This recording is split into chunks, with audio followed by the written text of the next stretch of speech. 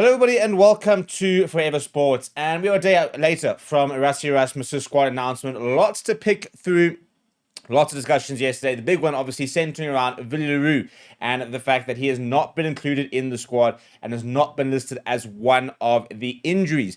In fairness, there are 3 players today who are apparently undergoing some medical assessments and might be added to the squad depending on what those results are. So we wait and find out exactly who those 3 players are, and we might actually get a squad update either today, if not, hopefully, before the weekend. But I also think that next week, even with the current squad, Erasmus has arguably one of his toughest team selections he's ever had to make as Springbok coach because of the way the last couple of results have gone with the teams that we've seen in the last couple of games. And I'll explain a bit that further when we look at the side itself.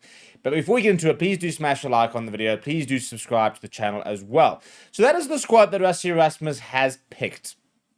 And it's a very strong squad. It's a very familiar squad. You know, there's absentees and no Louis Diaga, no Jean-Luc Depree, no Apele Fassi. But there's also a couple of a big name missing in the form of Villaroo, and everybody else kind of being retained.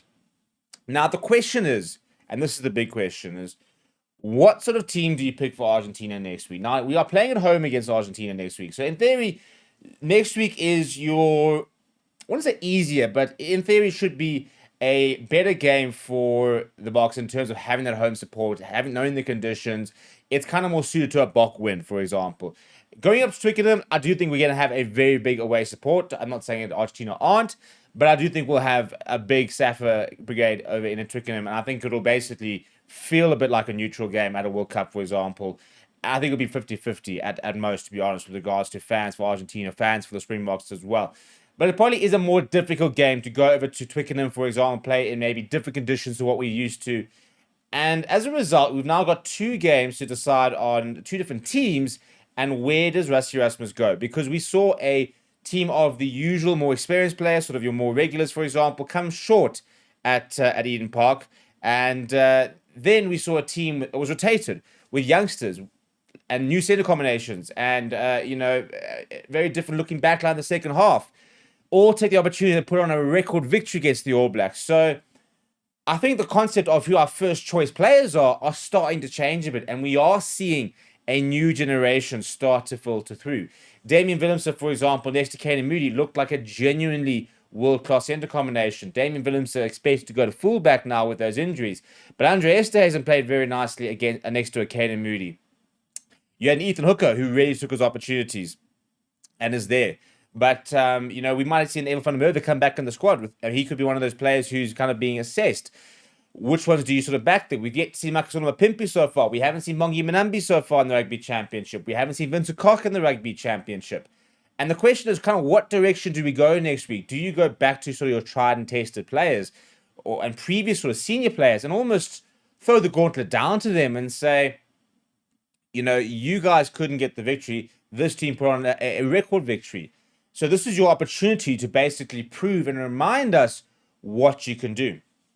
Or on the flip side, do you go with consistency and do you go and name Kane Moody at outside centre, start Damian Willemse at fullback, Andre Esterhuizen at 12, and Ethan Hooker at 11, for example, and almost start the way you finished over at Wellington, because that was kind of the team that took apart the All Blacks. So there's lots of different small little discussions to have. Do you want to give Bongi Manambi a chance to kind of get himself back in the mix, or do you want to give minutes to Marnus van der Merwe?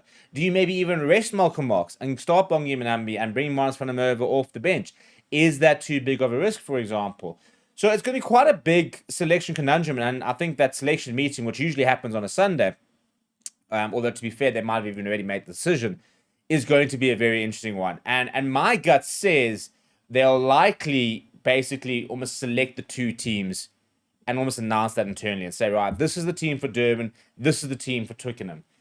Whether they might be 2 different teams, or maybe they might just say, listen, we're going to go this team for both tests, basically. We might make a couple of tweaks, but this is basically the 2 teams we are picking to try and win the Rugby Championship. Because that's now the goal. We're right there. We're in a position where we can win the Rugby Championship.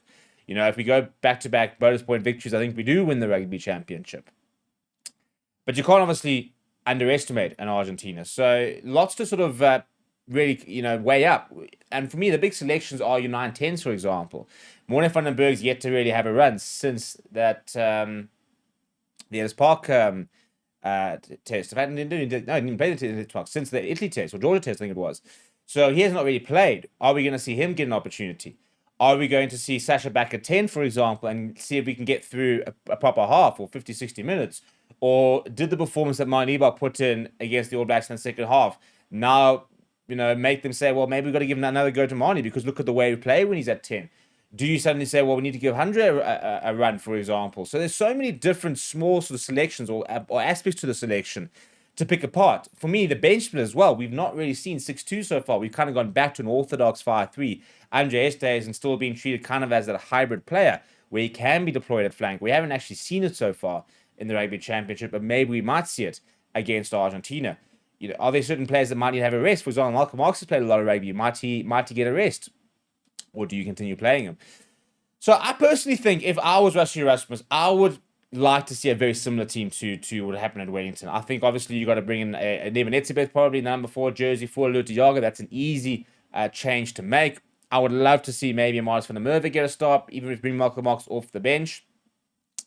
But I'd like to see a very similar backline, to be honest. I'd like to see a potentially Andre Esterhuizen starting next to Mani or next to Sasha. I think Caden Moody's worth giving another shot at 13. Damien Vinicius has probably started full back, but I'd like to maybe see Ethan Hooker get another opportunity on the wing, unless Edwin van der Merwe is fit and you can kind of go and play him. Maybe you give Ches and Colby a game off, for example, and you can start both of those players, Edwin van der Merwe as well as Ethan Hooker, and kind of see how they go as a back three. Because I think that there's still a bit of soul searching, but I also think that we now know and we're feeling confident that we can play those sort of players against anybody in the world and get a result. But we still need to start playing them. Caden Moody, for example, still played less than 5 tests at centre. So he still needs to play there quite a few times, hopefully before the next World Cup. And this is an opportunity to keep playing him. Because in the end of the year, then I think we've got the big decisions about who plays against the Ireland, who plays against the Francis, for example. And what does that squad look like? Is it going to be a 33-man squad, 36-man squad, 40-man squad? And again, do you try and give some of the older players that one last go, for example, or almost an opportunity to remind the people? Or are you backing the youngsters in terms of these are vital test caps to give them to them? And that's the continued sort of weighing up that Rassie Erasmus and his coaches have to do every single week. And there's no real right or wrong answer, I don't think. There's merit in all the different options. The question is, what is the right option right now? And for me, the right option is whatever's going to win us the Rugby Championship. I want us to go and search for 2 bonus point victories and give ourselves the best possible chance of lifting that trophy at Twickenham. What would you do? Let me know down in the comments below. Smash a like on the video. Subscribe to the channel as well. Thank you very much for watching. My name is Steve. I'll chat to you soon.